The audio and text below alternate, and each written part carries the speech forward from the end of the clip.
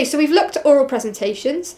Some of the key points of these oral presentations are going to help with poster presentations as well. So some of the stuff around your communication skills and the way that you talk, the way you structure, the way that you plan, all link back to poster presentations and can be applied in the same scenario.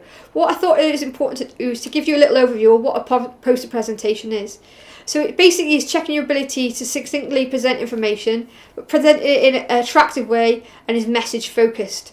So it's about kind of, rather than having slides to back up your evidence, you're going to have a poster where you actually talk around the key points of that. And I'm going to talk around in this session around what that structure should look like.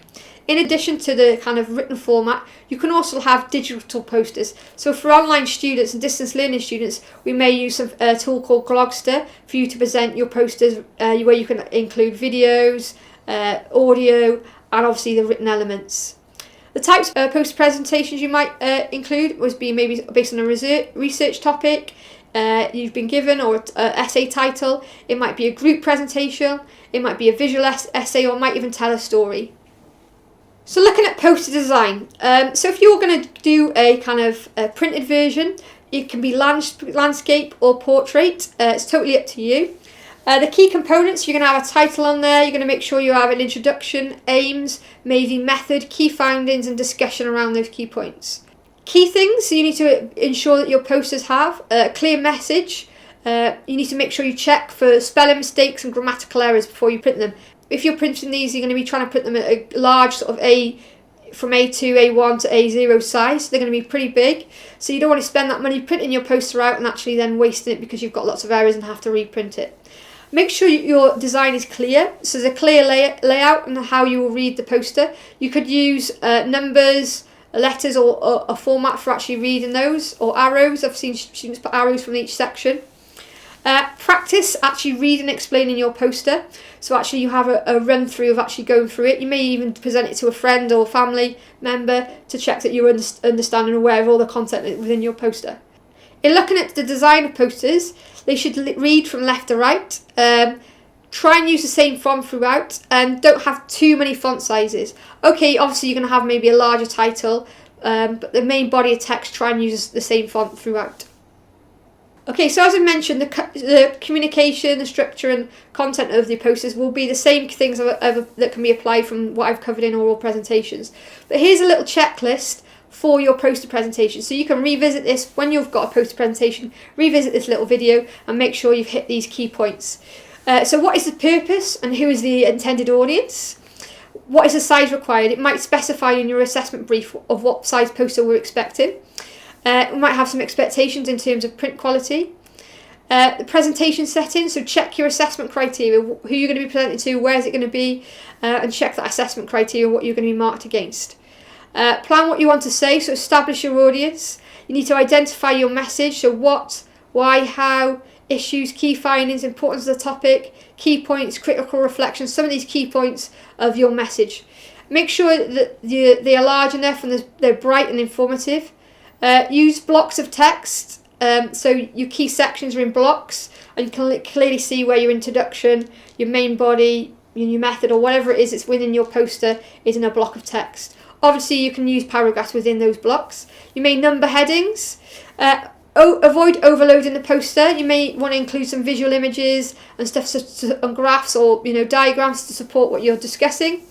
And use a simple, clear structure so it's obvious in which of the order to read the information for that reader who's actually looking at your poster presentation. Okay, so we've looked at presentations. One of the key things I kind of see, within these scenarios and assessments is students getting very nervous about the presentation. Why do people get nervous? I think maybe it's they don't like being watched. They're afraid maybe they're going to forget what they're going to say. They lose their thread or get confused. They might start out quite confidently and then lose their thread halfway through and get confused and it all kind of crumbles apart. And the other thing I guess with students is that you're with your peers. You may feel that other people think that you're stupid. So these are some of the common reasons. So the first point really is to actually identify, if you're feeling nervous, actually think about, why am I nervous? What is it about this scenario that's making me feel worried and nervous about it? So some tips to overcome your nerves. It's really important you take control. What you don't want to be doing is rushing into your presentation at last minute, flustering, trying to get your PowerPoint up or your poster up. It's about having a bit of planning and arriving early. You're going to wait until everyone is settled and is sat quietly before you start. What you don't want to be doing is starting your presentation and having people walking through, rustling in their bags, making noise. It's going to put you off. It's about confidence. So confidence comes from being prepared. So be confident about what you're saying and how you're going to say it. So the key things to developing confidence is being really sure about your content, learning it, practicing the key words. It's around timing yourself. So you're not sat there rushing through as fast as you can to try and get your content in. You're going to speak calmly, take a breath. So some of the key points I've made on communication, you may practice some of those. Changing your voice, your pitch, your tone. So you're going to calm yourself. So if you are speaking too quickly, you're going to take a deep breath, pause, and breathe maybe after each comment. This will allow the audience also to absorb the information, to give them time to think. So the whole point of your presentation is that people are going to learn from it. It's really important that you, again, make eye contact with at least a few people in the audience, and having that eye contact is going to calm your nerves. So all these key things are going to be really helpful in this kind of combat of overcoming these issues of being worried and nervous about a presentation. In conclusion, there is a resource available for you to access on Blackboard, and it's a little activity for questions to ask yourself in preparing for poster presentations or oral presentations. Hopefully this session you found it useful and has given you some advice and tips. Obviously, feel free to revisit this if you've got a poster presentation or an oral presentation coming up in the future. Use this video as a resource to come back and check through to make sure you've kind of hit all the criteria and the things I've advised you on. I haven't set a specific task for this session, but what my advice for you to do in preparation for presentations is actually have a go at practicing presenting a topic of your choice. Maybe it's to friends or colleagues on something that you're interested in. So having this practice is actually going to be, really helpful to preparing for when you actually have to be assessed on that presentation. It might be if you're out coaching that you present to parents or you present to your children, or it might be that you come back to your fellow coaches and present something that you're working on.